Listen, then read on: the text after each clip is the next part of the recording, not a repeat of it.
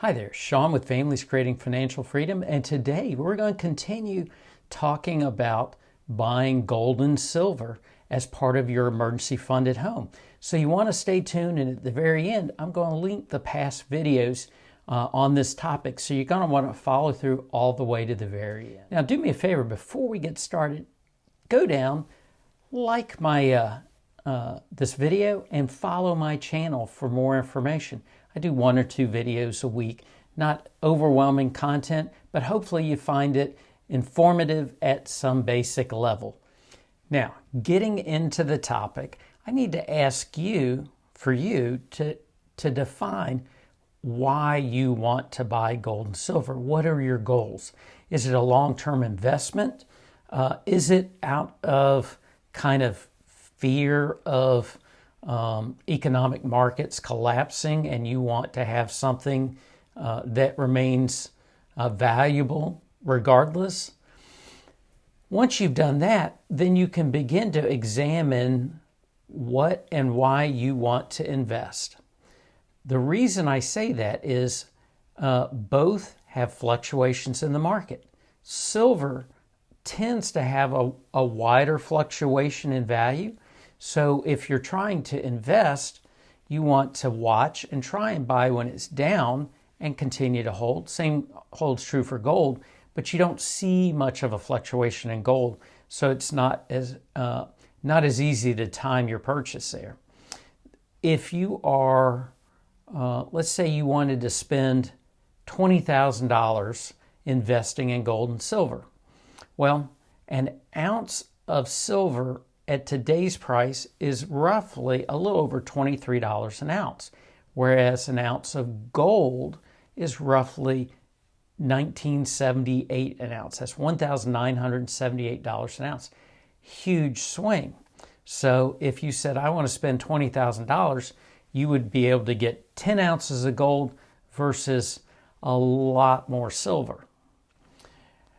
That being the case, if you're thinking more short-term speculation, silver might be your better play because that variation, you might see more upside to sell, whereas gold would be a very long-term hold. At the same time, think about storage. Think about use. If it's for an economic collapse, buying an ounce bar of gold might not be as practical out in the world as buying silver or gold coins, because they often come in smaller denominations. How many loaves of bread do you want to trade for an ounce of gold, right? That's not really practical. And so they're smaller denominations, but you can only kind of get so small with gold, whereas silver you can get down to a comparable scale that would be very functional. It's also, some people like to see it. 10 gold bars would be easy to kind of store in a small fireproof, waterproof safe somewhere in your house, whereas $20,000 worth of silver bars are going to take up considerably more space and require a larger fireproof safe in your house or somewhere to hide them, right? So again, scale. Think about, define what your goals are and why you want to add gold and silver into your collection. I'm going to put up some photographs now so that you can take a look. Let's talk about silver. The first I'm going to put up is just a standard 1 ounce silver bar. I've got a photo up here. It's different countries produce them, so you'll see different images on them. Some are poured a little bit rougher, some are poured nicer. But the goal is 1 ounce of silver. And 1 ounce of silver is never fully 1 ounce, it's 0.999. They need a little bit of impurity in there, but that's what you're talking about when you're looking at a 1 ounce bar of silver. Next, we have a 1 ounce silver coin. This happens to be a silver Morgan round that I have. and have put up here for you to see. Looks a little different, but again, it's an ounce of silver. And then lastly, we have a 1/4 ounce, which was back when coins were made out of silver. We've got a 1/4 ounce buffalo nickel. And so you can go out to pawn shops, coin stores, and collect these smaller coins, these silver dollars, buffalo nickels, things like that, easier than you can to go somewhere and find a 1 ounce bar of silver. Now, at the same time, sometimes they make silver coins and silver bars with special images. One thing that I'm seeing right now a lot of is with the coronation of King Charles. I'm seeing new silver bars and silver coins with those images. And then on the other side, it may have a 50th anniversary of Disney or Harry Potter or whatever. Well, keep in mind, they're charging you a premium for those special images on those coins. If you're trying to buy silver for silver, don't pay the additional premium just to be cute, because at the end of the day, it's not going to accomplish your goal of collecting silver and gold to collect silver and gold. If you are trying to collect those things as a collectible outside of the rare mineral value, that's a different discussion. But when you're out here looking online or in special stores, you'll see the difference and you'll see the price markup. Just keep that in mind.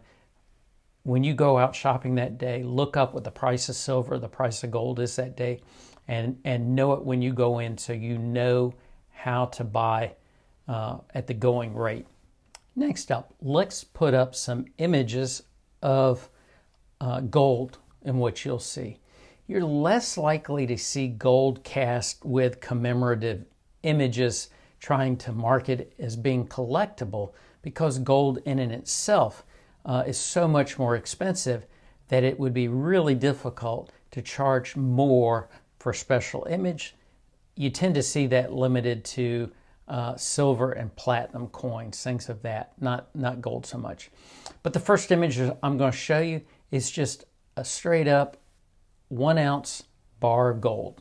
Here you see here, every country just about makes it. This one I'm showing you was made in Australia.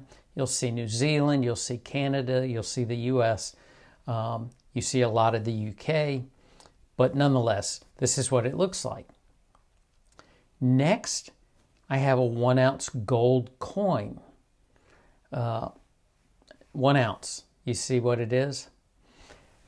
If you remember, just a second ago, I was talking about silver in smaller denominations, and we had a 1/4 ounce, and we had a nickel, or a 1/4 ounce of silver in a buffalo nickel. I'm sorry, and that was a 1/4 ounce of silver. Well, a 1/4 ounce of gold still has very high denomination, not something that is easily traded. So with gold, they actually make that in a smaller denomination to a 1/10 of an ounce. Much easier to buy and sell and trade a 1/10 of an ounce gold coin. And so if you're thinking about economic collapse, that might be an excellent coin to collect, because it's small, it is gold, it has that same value, but in an easier to trade denomination than a full 1 ounce or 1/2 ounce, whatever, but a 1/10 of an ounce gold coin. So you see it right here displayed for you. I hope this has been helpful, certainly very elementary. There are people that specialize in just buying and selling and collecting gold and silver. My advice to you, first and foremost, do a lot of research. Really learn what you're doing before you start the process. What I've shared with you is just the first step. you can go out and do far more research and really get to know, like, is there a difference in the price if you buy Canadian gold versus Australian gold versus Britain, whatever. Research it, know the value that day. Go out, look around, walk in places that buy and sell gold without the intent of buying anything at that point in time, just to ask questions and learn.